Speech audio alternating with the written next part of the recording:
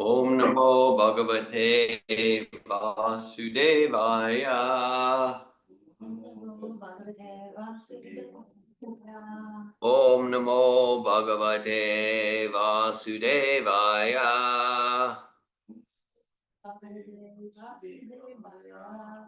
Om Namo Bhagavate Vasudevaya.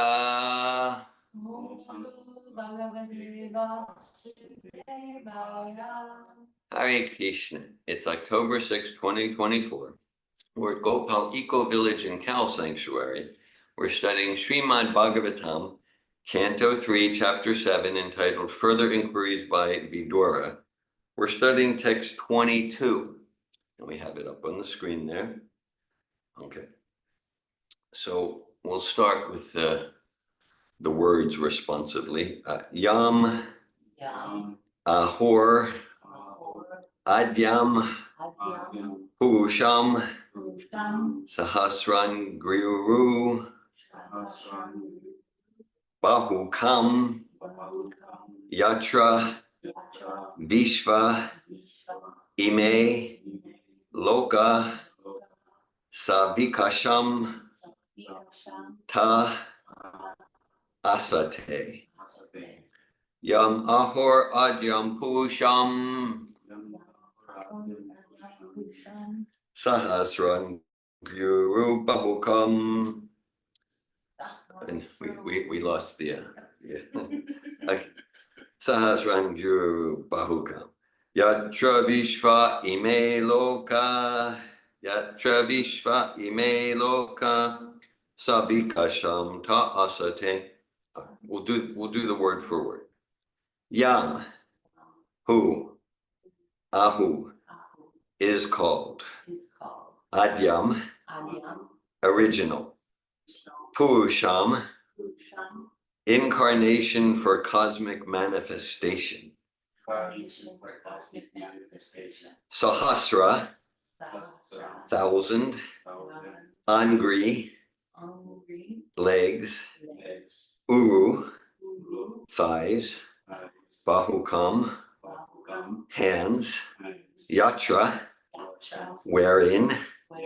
Vishva, the universe. Ime, all these. Loka, planets. Savikasham, with respective developments. Te, all of them. Asate, living. Okay. Translation. The Purusha incarnation lying on the causal ocean is called the original Purusha in the material creation, and his Virat form, in whom all the planets and their inhabitants live. He has many thousands of legs and hands. So, first of all, so there's this term Purusha. So we can see the origin of the English word person in the Sanskrit Purusha. Sanskrit's the mother of all language. Purusha, person. I'll read the purport by His Divine Grace A.C. Bhaktivedanta Swami Prabhupada. The first Purusha, means the first person, is Karinodakashaya Vishnu. The second Purusha is Garbhodakashaya Vishnu. And the third Purusha is Kshirodakashaya Vishnu, in whom is contemplated the Virat Purusha, the gigantic form in which all the planets with their different developments, inhabitants are floating. So it's actually a brief description of what's there in that picture, in that alcove there, in that picture. At least you got the first and second Purushas clearly visible there. Not necessary for now. Okay. Just when we have a pictorial right there. All right. So before continuing, I'm going to recite some mantras for continued auspiciousness to invoke the benedictions of pure personalities. Narayanam namaskritya naram chaiva narottamam devim sarasvatim vyasam tato jayamudirayat. Before reciting the Srimad Bhagavatam, which is the very means of conquest, one should first offer respectful obeisances unto the personality of Godhead Narayan, to Narayan Rishi, the supermost human being, unto Mother Sarasvati, the goddess of learning, and unto Srila Vyasadeva, the author. Nasta Prayeshwar Bhadreshu Nityam Bhagavata Sevya Bhagavat Yutamashloke Bhaktir Bhavati Naistiki. Om Mangyana Timirandasya Gyananjana Shalakaya Chakshur Militam Yena Tasmai Shri Gurave Namaha Shri Chaitanya Manobishtam Stapitam Yena Bhutale Svayamrupa Kedamayam Dadati Svapadantikam Vandeham Shri Guru Shri Uttapadakamalam Shri Gurun Vaishnavamscha Shri Rupam Sagrajatam Saganaraganatam Vitam Tam Sajivam Sadvaitam Savadutam Parijana Sahitan Krishna Chaitanya Devam Shri Radha Krishna Padan Sagana Lalita Shri Vishakan Vitamscha Hey Krishna Karuna Sindhu Dina Bandhu Jagat Pate Gopisha Gopika Kanta Radhakanta Namostute Tapta Kanchana Gaurange Radhe Vrindavaneshware Vrishabhanu Sute Devi Pranamami Hari Priye Vansakalpata Yubhyascha Kripa Sindhu Bhyevacha Patitanan Pavanebhyo Vaishnavebhyo Namo Namaha Jai Shri Krishna Chaitanya Prabhu Nityananda Shri Advaita Gadadara Shri Vasari Gaura Bhakta Hare Krishna Krishna Krishna Hare Hare Hare Rama Rama Rama Hare Hare Nama Om Vishnu Padaya Krishna Prastaya Bhutale Srimate Bhakti Vedanta Swamini Namine Namaste Sarasvati Deve Gauravani Pracharine Nirvishesha Shunyavadi Paschatya Desha Tarine Srimad Bhagavatam Canto 3 Chapter 7 Text 22 Yamahor Ajam Purusham Sahasran Guru Bahukam Yatra Vishva Ime Loka Savikasham Ta'asate. The Purusha incarnation lying on the causal ocean is called the original Purusha in the material creations. In its Virat form, in whom all the planets and their inhabitants live, he has many thousands of legs and hands. Hare Krishna. All right, so yesterday we read from Bhagavad Gita. We read the verse, Punyaganda Pritivyam Cha, about how Krishna is the fragrance of the earth. Rasoham Apsukantiya, Krishna is the taste of water. Prabhasmi Sasi Soyo, he's the light of the sun and the moon. So actually, since 2010, we've been systematically going through Srimad Bhagavatam in many of our morning classes. And this is where we are. And actually, this verse, it's naturally connected. It's a natural follow-up to that verse. There's some technical Sanskrit language here, like Purusha, which is person, the Virat Purusha. So that means what's called the universal form. And so basically this is it's another description of seeing God in nature. The entire 11th chapter of Bhagavad Gita is about the Virat Purusha, the universal form. And so really the Srimad Bhagavatam that we're reading from Srimad Bhagavatam, it's a natural sequel to Bhagavad Gita. That what's there in the Bhagavad Gita is explained in more, in greater fullness. So the process of creation is there in Bhagavad Gita, seeing God in nature, and that's expanded quite extensively in Srimad Bhagavatam.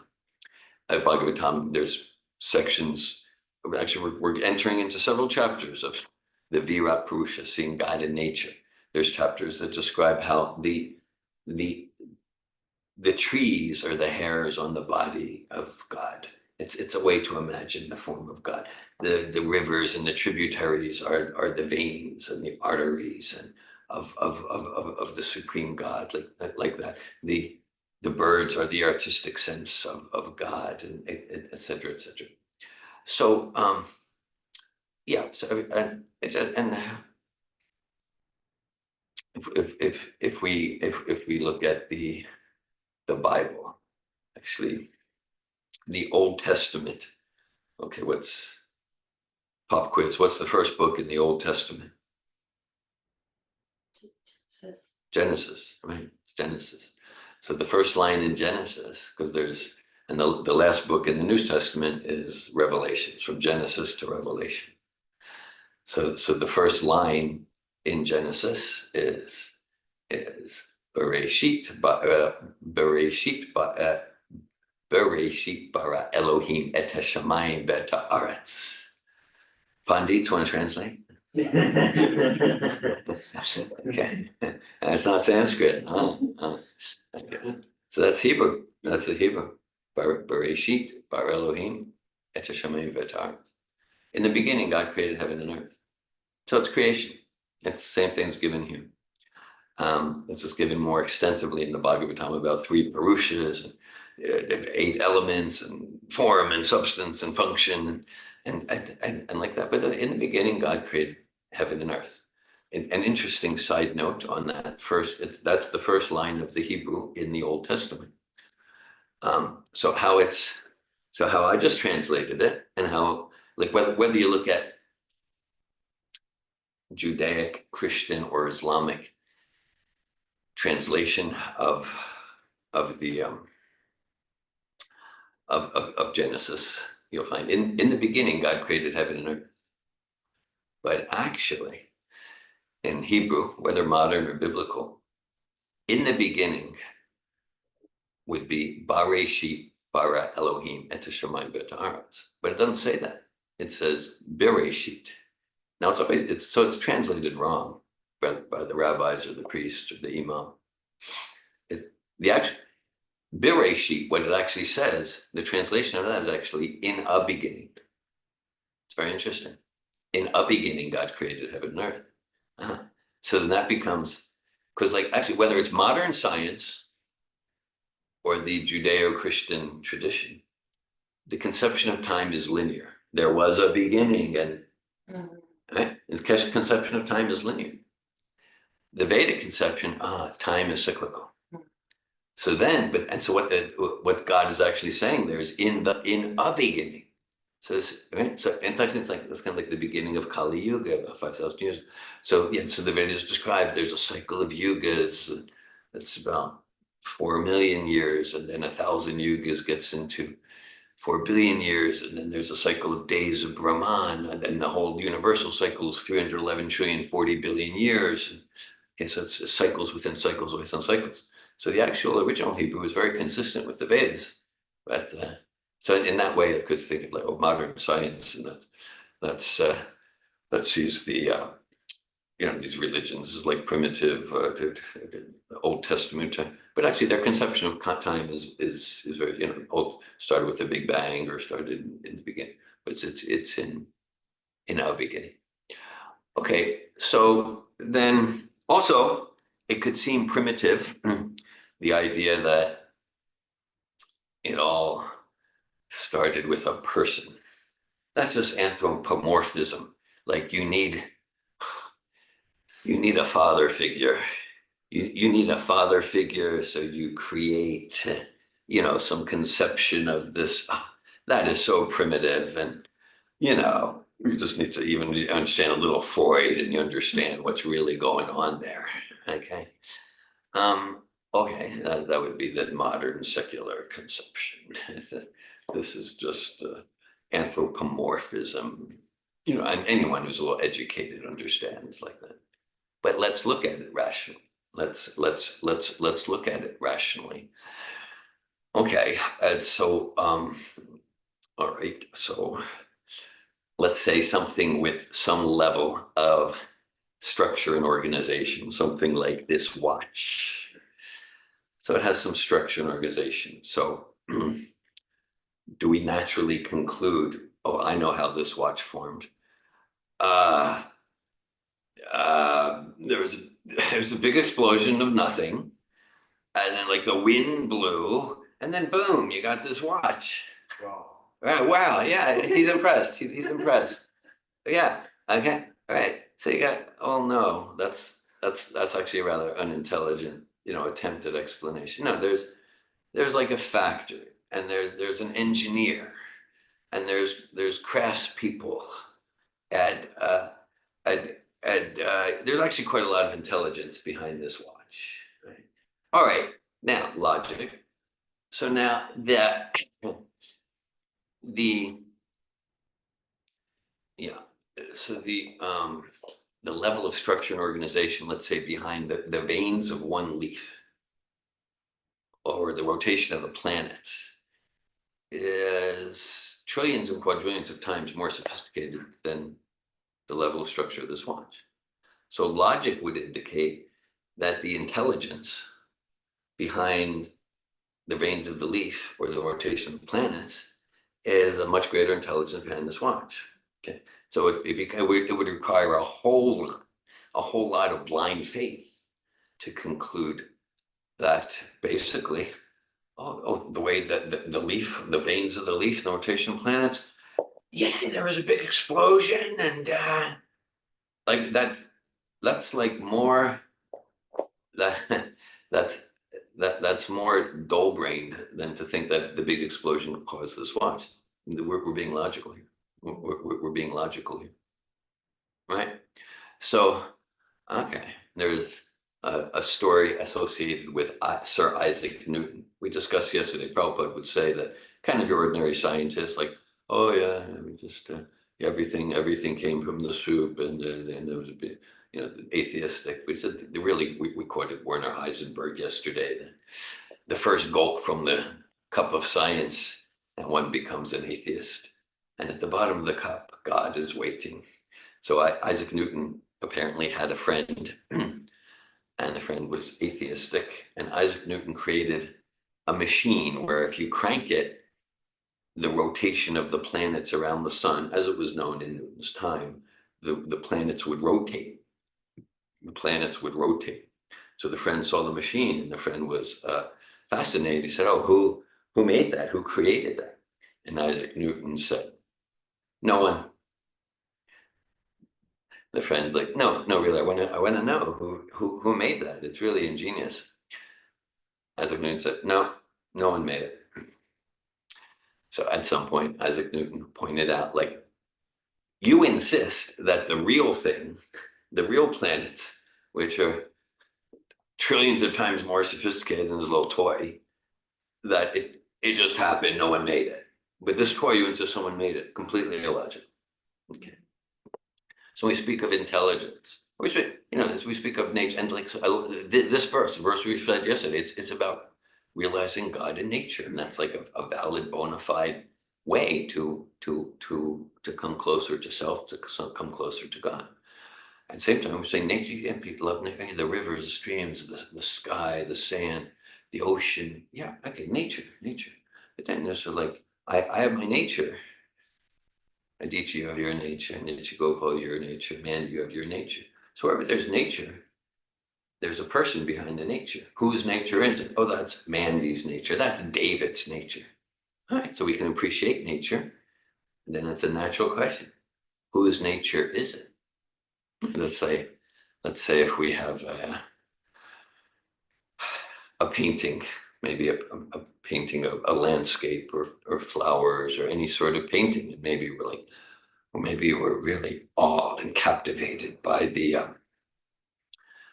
wow, this is amazing, and there's so much talent here. It really communicates, and it's a natural question. Yeah, I wonder who's the painter.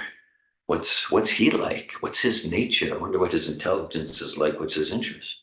So in one sense, this nature, this is like the painting of the Supreme Person. It's a painting of the Supreme Person. So it's a Supreme Person like, and then the process of bhakti. That's the process of bhakti. That's the process to get to know the person whose nature it is, the person whose intelligent it is. That is the creator of the veins in the leaf and the rotation of planets. And so, just like just like let's say, if we want to get to know a person, or let's do some epistemology here. So, okay, so then there's like positive empiricism, logical empiricism. And that's like, it's a pretty effective process if we want to get to know inanimate, unconscious objects, like a rock. Because a rock, let's say, okay, we want to study it. We'll bring it into our laboratory. We can pour chemicals on it, see how it reacts, and submit it to different temperatures. Okay.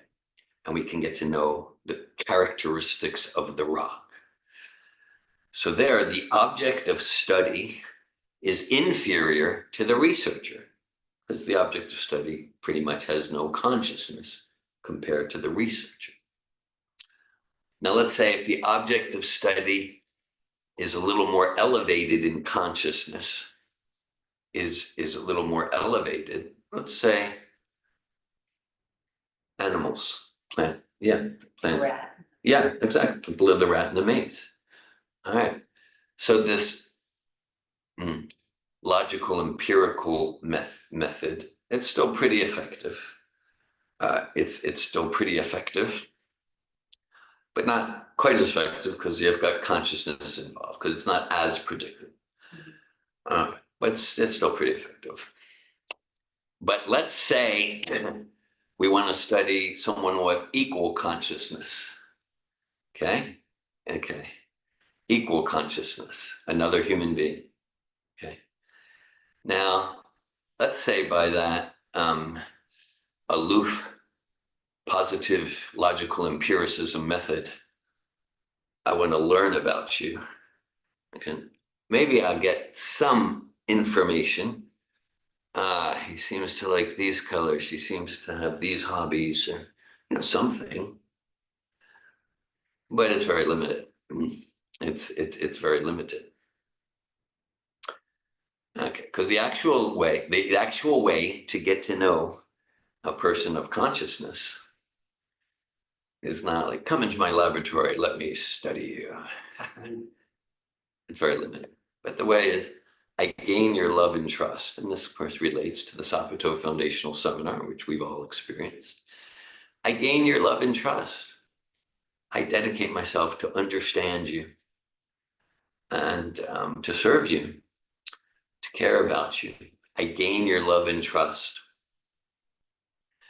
Then you voluntarily choose to reveal yourself to me. And like in the Foundational Seminar, through empathy and understanding, resisting the roadblocks of advice and warning and criticizing and praising, through understanding. And like probably in the first hour of the course, people find, oh, wow, I'm sharing things I didn't even expect to share in this environment. Okay, so gaining your love and trust, then you choose to reveal yourself to me. That's the way, that's the most effective way to get to know a person, even of equal consciousness.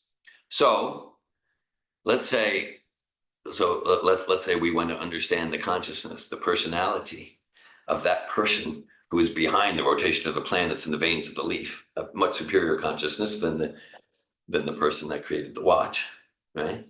Okay. Now, does it make more sense to use methods that are only effective for studying objects where the object is inferior to me in consciousness? Doesn't make sense. Okay. In one sense, by using such methods, to try to study the absolute, the supreme person consciousness, by using such methods, I'm actually implicitly making an a priori statement. I'm implicitly making an a priori statement. Categorically, nothing can possibly exist that is superior to me, because I'm using a method that's to get to know the absolute, that supreme source. I'm using a method that's only effective for studying objects that are inferior to me, rocks, plants, animals, like that. So now, of course, if we explicitly said that nothing could possibly exist that is superior to me, then some might advocate to put me in some sort of institution or something like that. But that's actually the material scientific method. We're certainly not opposed to science. Prabhupada talks about the science of self-realization, right? But we're talking about empirical science, where the assumption is that with the 9 dots of my material mind, I'm going to understand that which is way, way, way beyond the 9 dots. So it makes more sense to attempt in endeavoring to understand that supreme person behind the veins of the leaf, to use a process that's effective for studying persons of evolved consciousness like each other, right? Gaining love and trust. So the technical name for that process of gaining love and trust, and then a person, a human being reveals yourself to me. So the technical name for that process, when applied to source, is bhakti. Is bhakti yoga.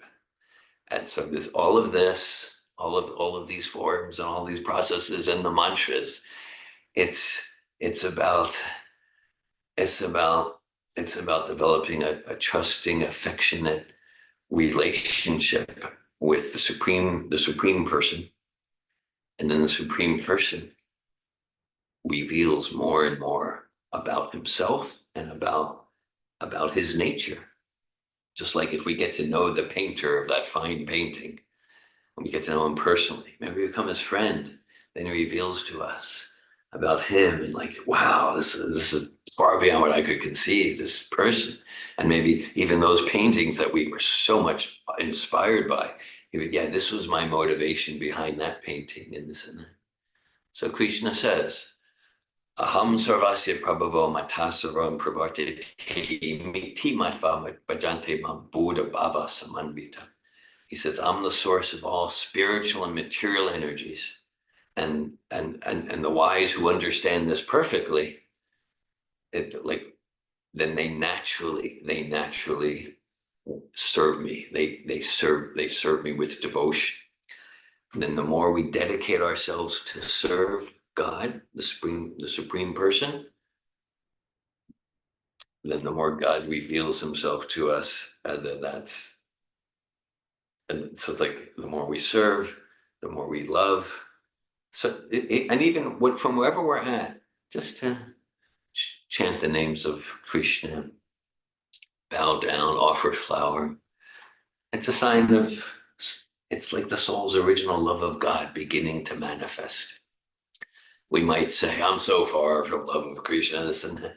But just here we are hearing, this is the Bhagavatam means this is the song of the supreme person. We're hearing it's the soul's original love for God manifesting. So our love increases, our service increases, we get more and more filled with the joy of realization.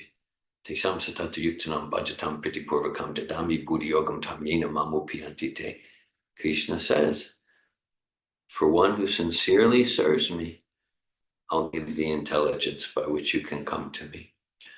And bhakti mam abhijanati yavinyashtasmi tatvata tatumam tatvato gyatva vishate tadanantaram. He says, I reveal myself to the bhakta. So Krishna's not, I reveal myself to the one who has like genius IQ. I mean, someone can have genius IQ, and if they engage in loving devotional service,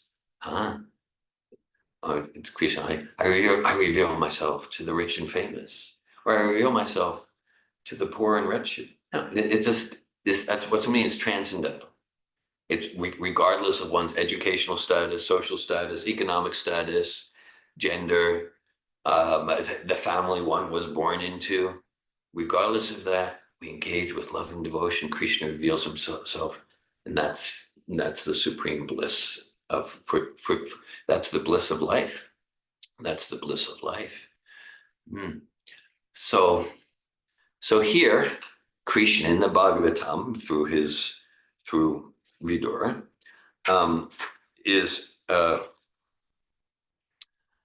he's revealing something about creation.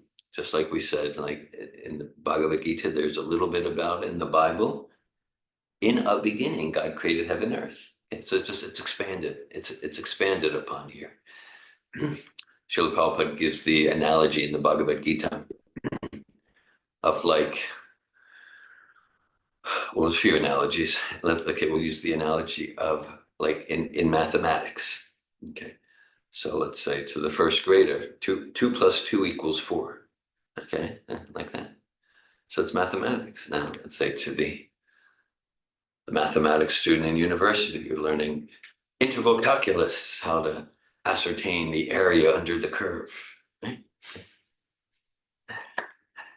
Yeah. I used to do that stuff in a previous life. Actually, my first major, for 3 years, I was an engineering major. It's true. And so I switched to psychology. And for me, it wasn't a switch. For me, that represented a switch from focusing on that which is external to that which is more subtle, mind and intellect. And for me, that continued to focus on that which is even more subtle, spirit, soul. We're not the hardware. We're not the software. We're the operator of the computer. And yeah. But actually, in my engineering days, like we've gotten to like mechanical engineering, electrical engineering. I was like, oh my God. This is just my personal process.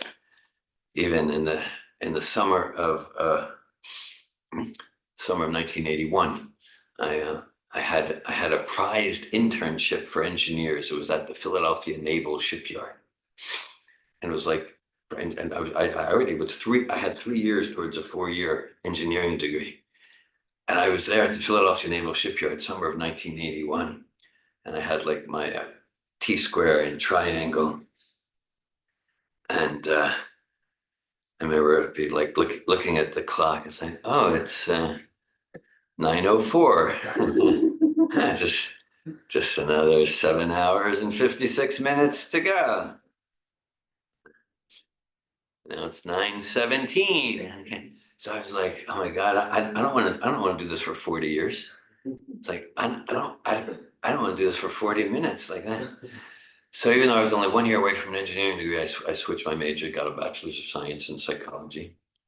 I only did one extra semester because when I did all the math courses and science courses, I just applied them as electives and cognates. And so I just for 1 year, I just took all psychology courses. But actually, the pure math courses, I really loved them. Just like the pure math, like that. That was because of that got into like the microcosm and the macrocosm and the essence of existence. And so I always had an attraction. Actually, I took like 5 semesters of college calculus, differential calculus, integral calculus. I would show up on the first day, and I would get the syllabus and the book, and I wouldn't show up to class again. I would just do all the homework, and I would show up for the exams. I got an A in all the calculus courses. So somehow I had a propensity for them. And I still remember. So we talk about microcosm, macrocosm. So that's what's described here. Krishna's giving detailed knowledge.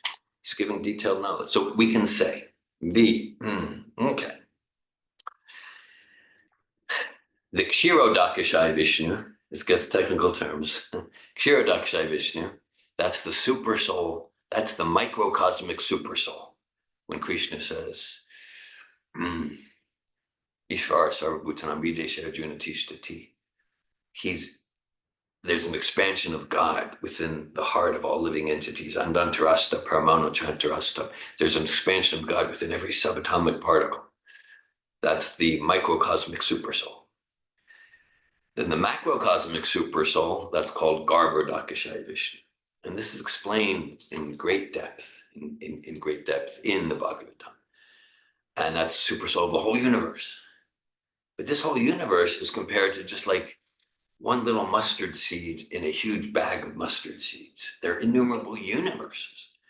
And the supersoul of the entire material creation, all the universes, let's call that the metacosmic. So there's the microcosmic, and there's the macrocosmic, and there's the metacosmic supersoul. That's the Mahavishnu, or also known as the Karanadakashayi Vishnu. Karanadakashayi Vishnu. Okay. So also Krishna says towards the end of the 10th chapter and 11th chapter, that's just like there, it's just full of realizing Krishna in nature. Yesterday we read from the 7th chapter, so it's there too. But Krishna said, Yad yad vibhutimat sattvam shriman orjitam evava tatad eva avagachatvam mamatejam sha sambhava. Krishna says, but because Krishna describes like about 24 of his manifestations in material nature. And then he says to Arjuna, but what need is there? Well, he says, but understand, Arjuna, all these mighty, beautiful, and glorious creations spring from but a spark of my splendor. So that spark, that's the super soul. That's the super soul. The spark is really, it's like the microcosmic super soul. And Krishna goes on to say, Ataiva bodnaitena kim getena tavarjuna vistabhyam midam kritsnam ekam sena sitojaga. And he says to Arjuna, but what need is there for all this detailed knowledge? With but a single fragment of myself, I pervade and support this entire universe. Okay, so let's, in our closing minutes here, let's deconstruct that. So Krishna gives all this detailed knowledge. And of course, even that is not even a fraction of the full thing. But it's more knowledge than is given in any other spiritual literatures, Bhagavad Gita, Srimad Bhagavatam. But he's saying, but what's the point of all this detailed knowledge? So the point, it is important to help us come to awe and, oh wow, there's a supreme person. So naturally, let me serve that person. But for example, here on the wall at Gopal Eco Village, here in our temple room, so we got these pictures. So these, okay, there's Srimati Radharani, she's the chief gopi. She's in a transcendental romantic relationship with Krishna. This is not material romance. This is Radha Krishna Pralaya Vikriti Ladini Shaktir Asman. The loving affairs of Sri Radha and Krishna, their transcendental manifestations of the Lord, internal pleasure-giving potency. The relationships in this world, including romance, they're just shadow reflections of the real thing. Here, we got Krishna and Balaram and unlimited cowherd boys, unlimited friends and cows, frolicking, having a great time. So again, this is the original form of real friendship. Over there, we got Krishna and Balaram. What are they doing? And what are they doing? This is naughtiness. This is naughtiness. Okay, so they're stealing the butter, and then in the background, we got some Mataji, means a mother. She's the head of the household. It's like, what are you doing? Okay. So she's got like some motherly relationship there. All right. So for these residents of the spiritual world, they're not absorbed in, okay, is that Garbhodakashayi Vishnu, Kshirodakashayi Vishnu, or okay, so for what's the form, the function, and they're not absorbed there. They're just absorbed in loving Krishna. They're just absorbed in loving Krishna, so much so that they have transcendental forgetfulness that he's a supreme personality of Godhead. Actually, that Mother Yashoda, she has a stick in her hand. She's going to punish the boys, and these boys sometimes they wrestle with Krishna and they defeat him, and then he has to carry them on his back, because they're superior to him. Okay, they're superior. So Krishna is really enjoying these very intimate relationships with his romantic partners and with his mom and dad and with his friends. So those who are so our forgetfulness of God, that's just Maya. That alienates ourself from ourself and from our highest happiness. Our highest happiness is serving God with loving devotion. So just like everything in the material sphere is a shadow reflection of what exists in the pure form in the spiritual sphere. So just like the material sphere, there's friendship, there's romance, there's parent relationships, there's master-servant relationship, there's employer-employee, and there's all those relationships. And here, the sources of frustration and misery, this and that. So in the spiritual world, so the transcendental forgetfulness, it's spiritual. What's a spirit? Spiritual means it moves all those cowherd boys deeper into their love for Krishna, because they're forgetting that Krishna is the controller of time and space and like that. And they're just like, he's my friend and I can beat him in wrestling. And Krishna loves that. And Krishna loves that. So Krishna saying, what's the point of all, like, basically, what's the point of all this detailed knowledge of nature, material nature, meaning the goal is to come to love Krishna, serve Krishna with love and devotion. And for those who are alive in that prema pum or to mahan, alive in that ultimate goal of life, then there's no particular reason to study all the detailed knowledge. But speaking for myself, maybe others here, we're not there on the consciousness of the cowherd boys. And so for us to understand this philosophy and develop an awe and reverence for the Krishna, the supreme person behind the rotation of the planets, that moves us to understand who we are as servants of that supreme person. So for us, there's reason for that. There's reason to do this study and to discuss this so that our intelligence is convinced to move us to bhakti. Now, there's also the category of personality who they are on the level of the cowherd boys and Krishna's mother and father and the gopis. They're on that level, like Srila Prabhupada or Srila Bhakti Siddhanta, the personalities on the altar.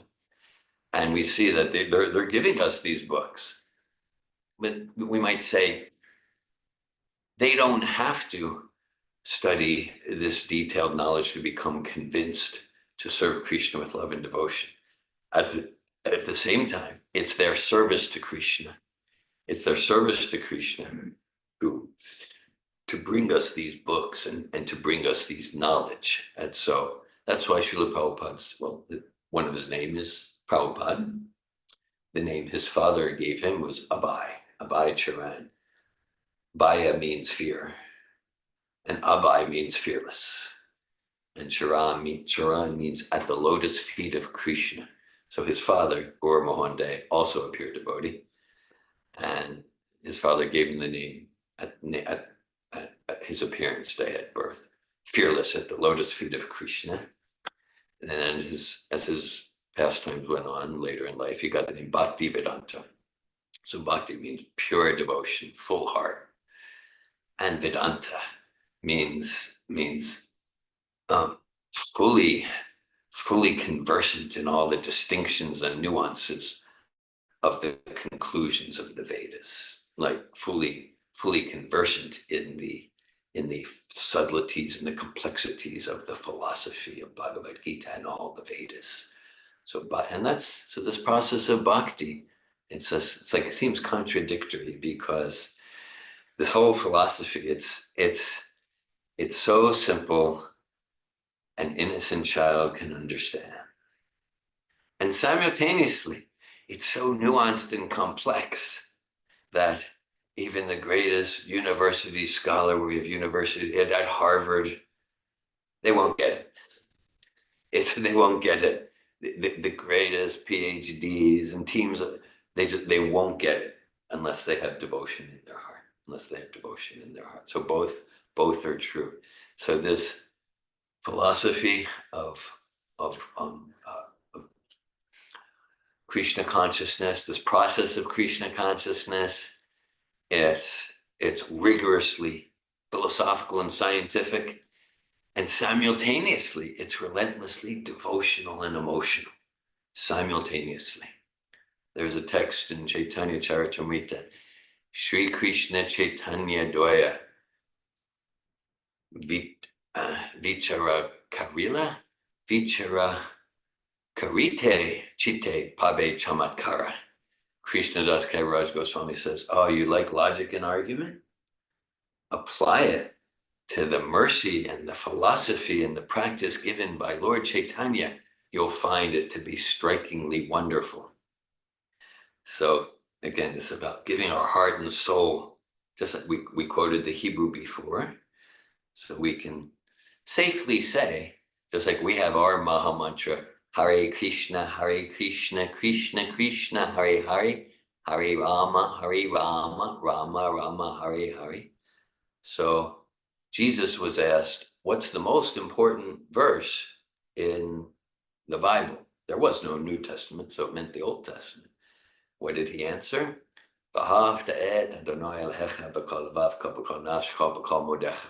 That's Hebrew again.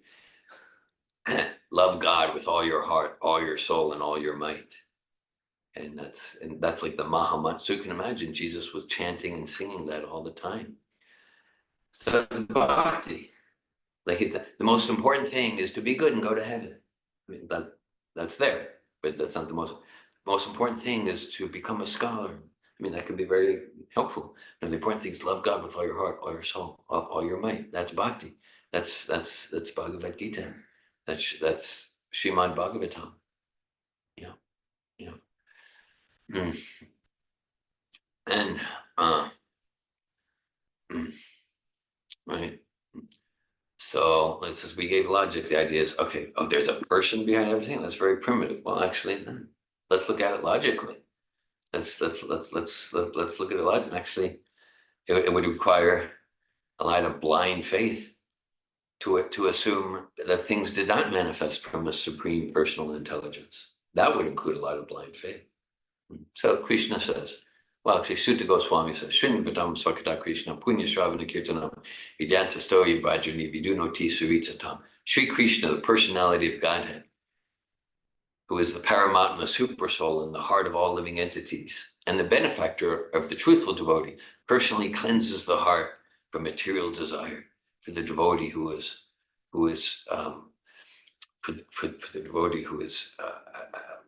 cultivated, established the urge to hear his messages, which are in themselves virtuous when properly heard and chanted.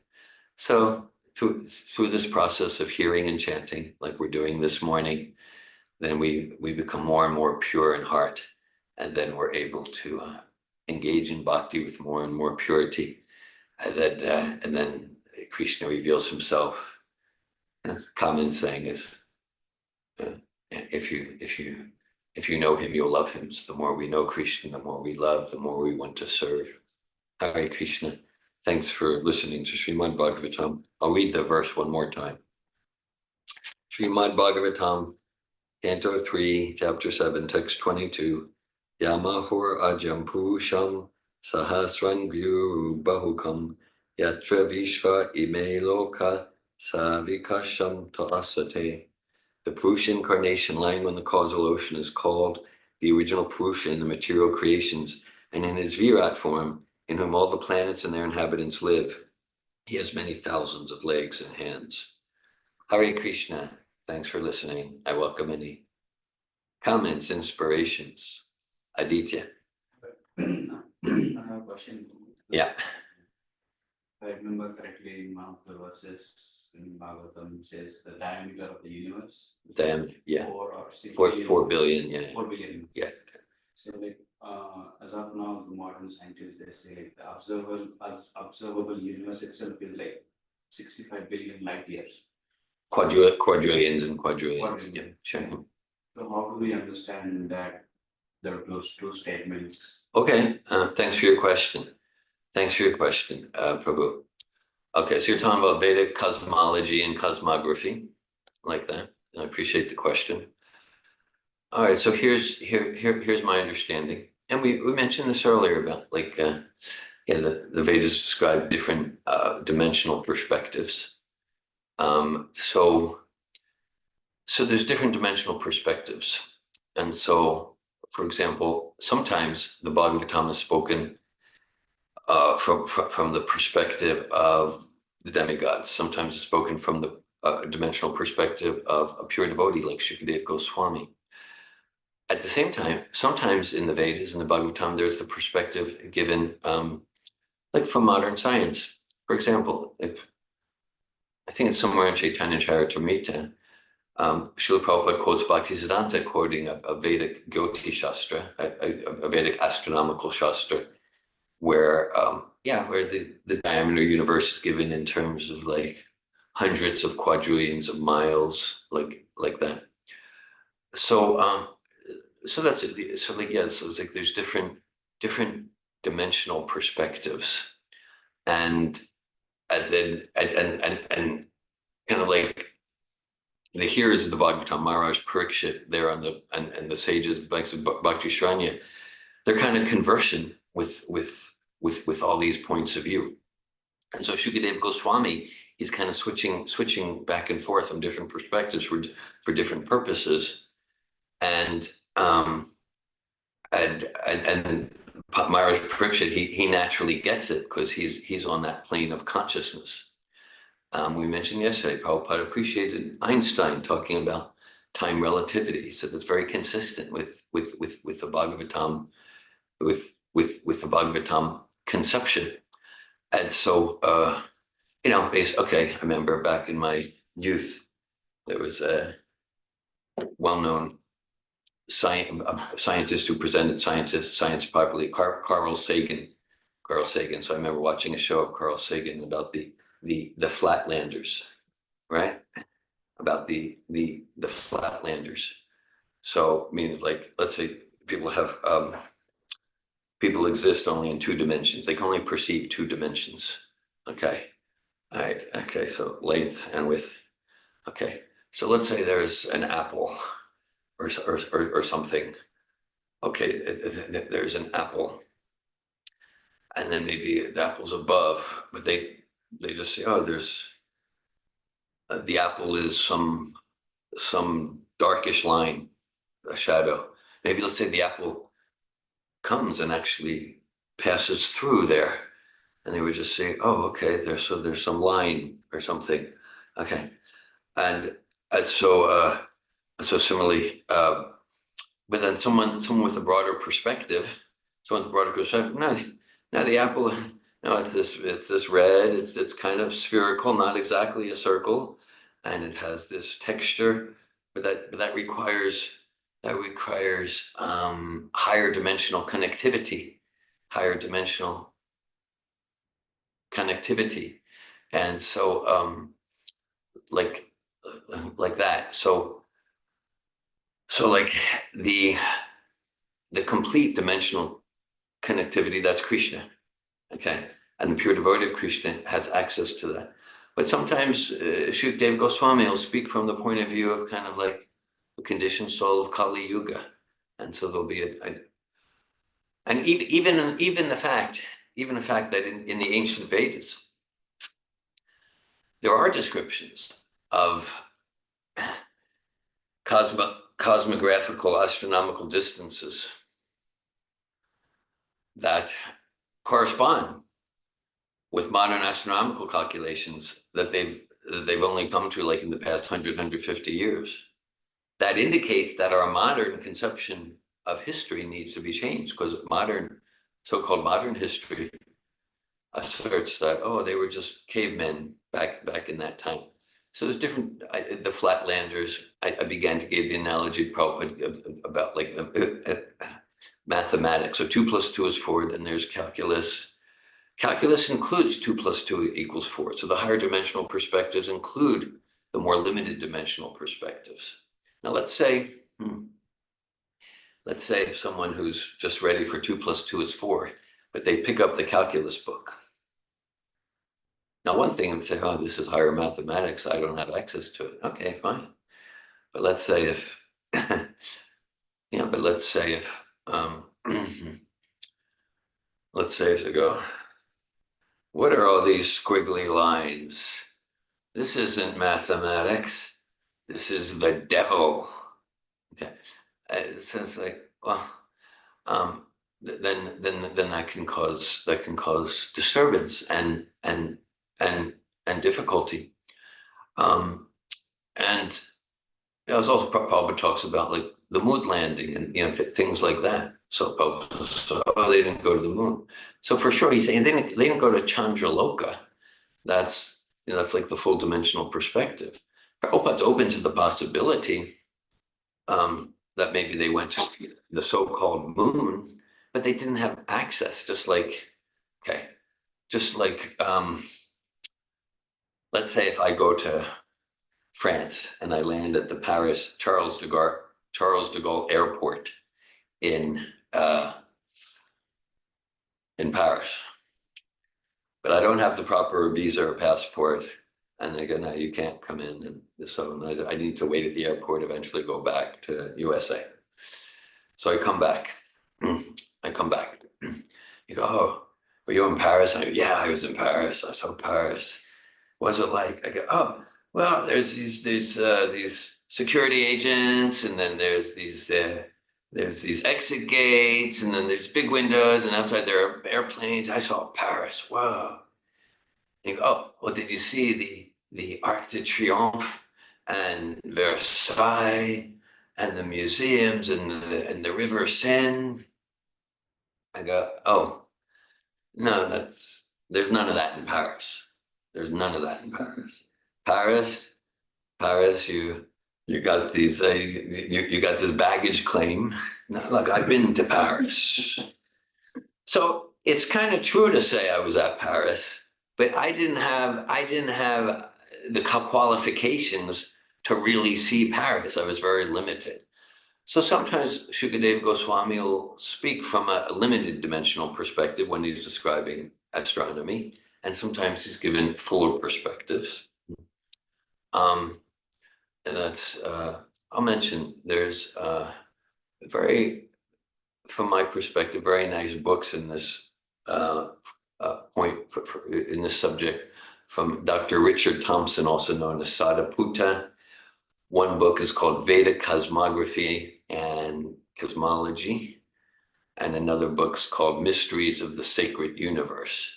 And he describes at least 4 different dimensional perspectives that the Bhagavatam's presenting at different times. So I've gotten a lot of value in regards to those books. One more example I'll show. I remember back when my daughter was young, like maybe teenage years, she asked me questions like that. She's really into Bhagavatam and the science of it and the cosmology. I remember, so maybe she was 14 years old or something like that. And she asked me a similar question. And I gave the example because she would sometimes do babysitting for 2 and 3 years old. And where we lived at the time, we had like 5 acres of forest and things like that. So I said, yeah. So I said, well, let's say you're doing babysitting. Let's say you're doing hide and seek. Let's say you're playing hide and seek. Okay. All right. And so, all right. So whether it's in the house or the forest, I said, okay. So this 2 or 3 year old, they're not going to find you unless you want them to find you. Right? Okay. So similarly, there's personalities described like Vyasadev's and the Himalayas and Badrik Ashram, and it's described. Prabhupada would talk about, he'd be giving lectures and the devotees, oh, not too many showed up, or so Narada Muni was there, like that. And so just like, so, oh, well, all right, so in March, we might be going to the Himalaya. So let's knock on the door of Vyasadeva. Yeah, let's do it, So, yeah, but kind of like, because they're existing in superior realities, just like Sita at 14 years old has superior consciousness to the 2-year-old she's babysitting. So we're not going to find them, the demigods in Chandraloka. We're not going to find them with our clunky spaceships like that. It's a higher dimensional. It's a more subtle consciousness. Thanks for your question.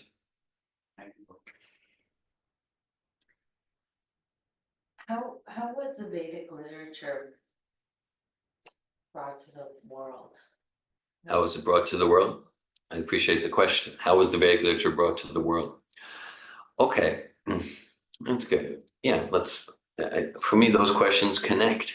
Because, for example, let's say from modern historical anthropological evidence, there would be like, okay, we can see that before about 5,000 years ago, and there was no writing because people weren't smart enough to write yet, but then, they developed writing. The Vedas, same evidence. The Vedas say, same evidence, but the Vedas say no. Before 5,000 years ago, many, many thousands years ago, there was practically everyone was what's called a shrutidar. Shrutidar means you hear something once and you remember it for the rest of your life. We're not shrutidars, okay? So it's the same evidence, and let's take a look. Let's consider like evolution. The Vedas describe. Actually, Prabhupada would say Darwin stole the evolutionary idea from the Padma Purana, one of the Vedas, but he got all mixed up with that. He gave it a material shift. All right. So it's known that Sanskrit's the most sophisticated, organized, structured language. And even a relatively ancient language like Hebrew, we quoted some Hebrew, is relatively a lot more structured and organized than a modern language like German, Spanish, French, or English. Okay. All right.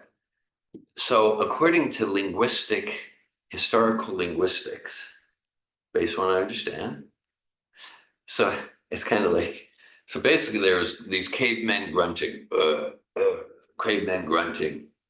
and then boom, out pops Sanskrit, the most sophisticated language ever. And there's no explanation for that. And then if looking at language is devolving. Language is devolving. Even let's look at English. Would we say that, yeah, modern day English in downtown Jacksonville, it's so much more evolved and poetic than Shakespeare. Pretty sus. Yeah, I feel understood. Right? So there's clearly de-evolution. Okay. So the Vedas are eternal. And then about 5,000 years ago, they're revealed in written form by a great sage named Srila Vyasadeva.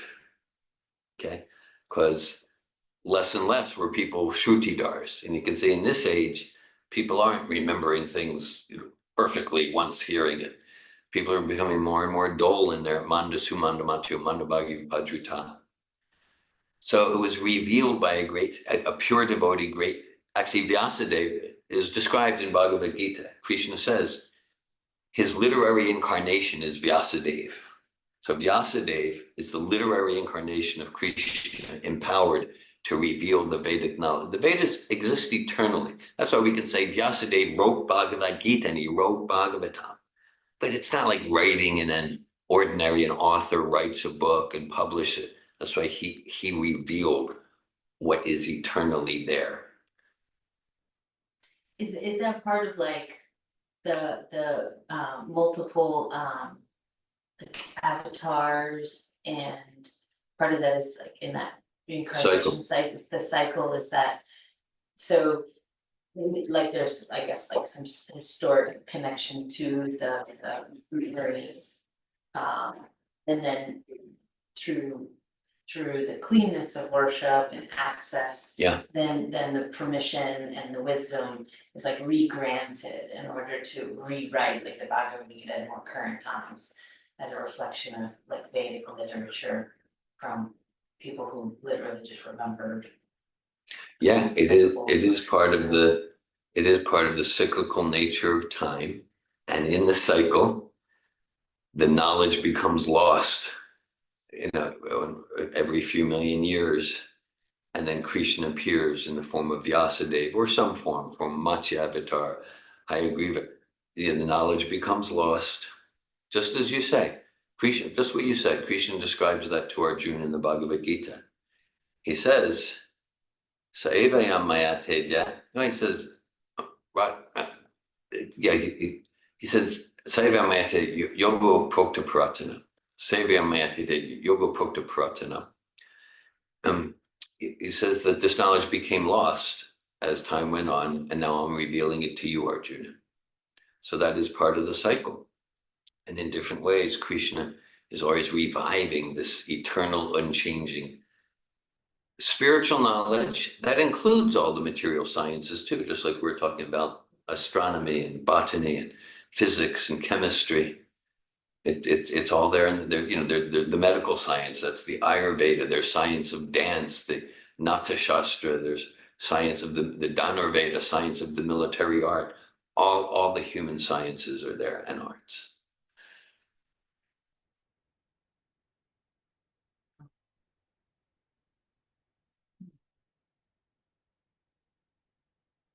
What's happening for you, Mandy? Well, I guess some of like the cosmological stuff, like we didn't cover that as deeply as some of the other times I've heard it. Where the first time I heard it was, I think a little disorienting even. Like just restructuring the way Yeah. to sort of perceive the world, the universe is. And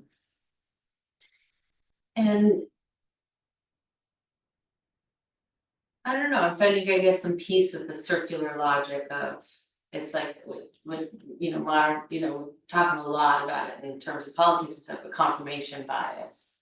Whereas essentially just the occurrence of when you believe something, you go looking for it, and that continues to kind of reaffirm your belief. Mm-hmm. And Self-confirming beliefs, yeah. Mm-hmm. Yeah. And the sense that like through faith and practice, it's the continued revelation of, what is known to be true through the faith and practice. Yeah. And I guess there's still, naturally, there's just still some questions. Like why one particular route? Like why is one particular practice more pleasing to God, a God, this God, that God? It's all the same God, yet the people who worship these gods have different names, and then they fight amongst each other. Yeah. It's like if it is so unified, and if it is so singular, and if it is such a deep truth, What's all this conflict about? Yeah, why is there this? And not that all the conflict is a complete mystery, but on the more philosophical level, like what would be the benefit of having so many incarnations that could potentially conflict with each other and create confusion? Yeah, I appreciate your question and where you're going with your thought process. Well, I'm reminded of a quote, nothing is so simple that it can't be misunderstood. Sure. So, in just like Jesus was all about bhakti. Buddha was all about love of God. Same with Muhammad. So the incarnations or the pure devotees in different places, they might give mathematics according to what someone's ready for. And there's no contradiction. But we might make it like my path's the best, and I don't recognize your squiggly lines, and I'm going to destroy this. So that's our shortcoming. That's our shortcoming. Nothing is so simple it can't be misunderstood. And so I know through this process of Krishna consciousness, for me, that's such a clear, powerful foundation to understand the true oneness and unity of all genuine paths to self-realization. So we talked. We used to conduct Bhakti Yoga programs in the Middle East. I was running a Krishna Consciousness Center in Tel Aviv, and we'd have kirtans and Bhagavad Gita discussions, literally, with Israeli soldiers. And actually, we'd had some there. There were many at our programs who many in the world would label as terrorists, not just Palestinians, but terrorists. And there was secular non-theists there, and there were and there were Christians from different part of the world, and so all coming together and chanting the names of God. So the message is one and pure and unified. And there's no doubt about that. And there might be differences in the details according to time and circumstance. One teacher might say, okay, 2 + 2 is 4. Another teacher might teach algebra. But there's no, the teacher is always from wherever you're at. I'm going to meet you where you're at, and I'm going to expand your knowledge of math. Okay. Now the different students can create reasons to fight with each other, but to say, I'm learning algebra, you're learning trigonometry, it's all math. Okay, so there's no contradiction. It's one. We can out of our separatist material ego and desire to be right and this and that, we can make a whole mess of the beautiful oneness of the messages. That's us. And that's just like part of the process, part of the experience, is navigating that inner faith, that inner belief, that inner recognition of the oneness, of the supreme source. Yeah, being I would- kind of a part of it, I would go with integrating the- recognition, realization. Like it's not about, like, this isn't about a belief. As I said yesterday, like I was never interested in religion. I'm interested, for 50 years, since I'm in my mid-teens, I'm interested in a transformational process of self-realization. I was never interested, like if someone says, are you a Hare Krishna? I'm like, no, I don't identify that way. Oh, you're a Christian, you're a Buddha? No. No, I aspire to practice a process of self-realization called Krishna consciousness. Depending on who I'm talking to, I might say, yeah, I practice a process for God realization called Bhakti Yoga. If someone doesn't prefer the name God, realization of self, or, like that. We're servants of God. So it's not about belief. It's yeah, what's one's realization? Maybe what I'm saying is like, probably in the more Christian realm of what faith kind of like they describe faith as, but like, not faith in the sense of a belief faith, but maybe like a choice. A choice to suspend like a persistent nagging doubt and create occasion for the experience or the arrival of like a personal truth. Mm. Something to personally Mm. experience. Mm. Right, instead of just being like, oh, does this what, maybe like, so, yeah, and I've always really struggled with the idea of faith being blind, Yeah. blind faith, and then, you get all that the confirmation bias and sort of like, well, Yeah. are you being led, or are you doing that? And it's part of why I'm attracted to the Bhakti Yoga, is because it's very personal. Very personal, yeah.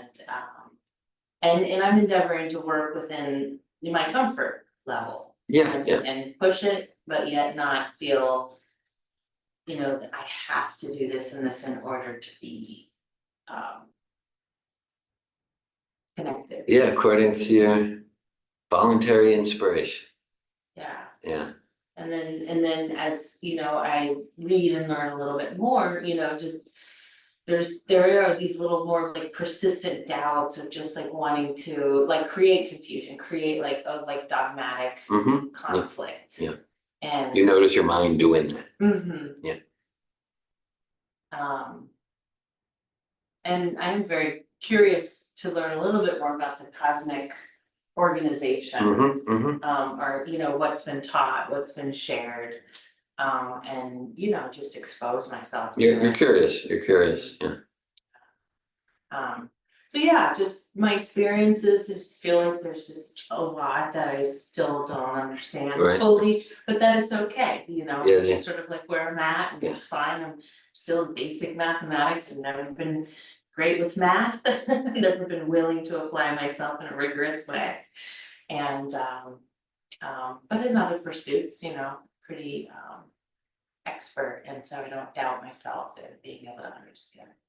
Yeah, I appreciate it. Yeah, you're applying your intelligence to this path of bhakti, and yeah, doubts are a sign of intelligence. Krishna says that in Bhagavad Gita. In one sense, the whole Bhagavad Gita, it's driven and it moves from Arjuna's doubts.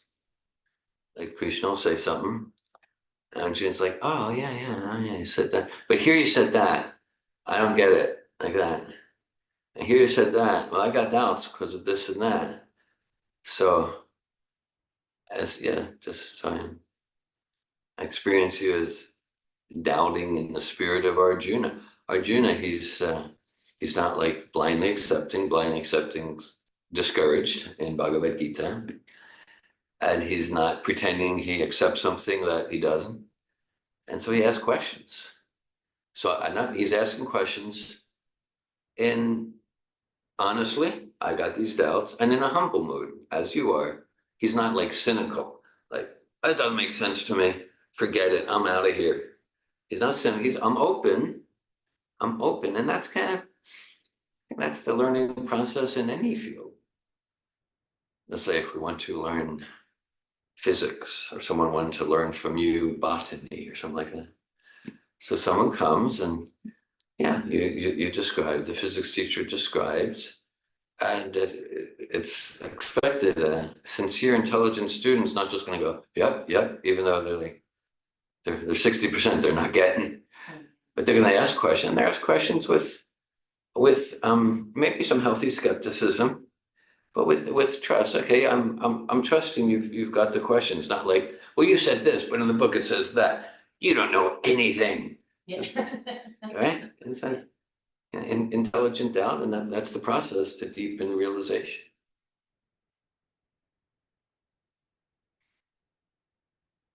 Thank you, Mandy and Aditya. Srimad Bhagavatam ki jai. Srila Prabhupada ki jai. Hare Krishna.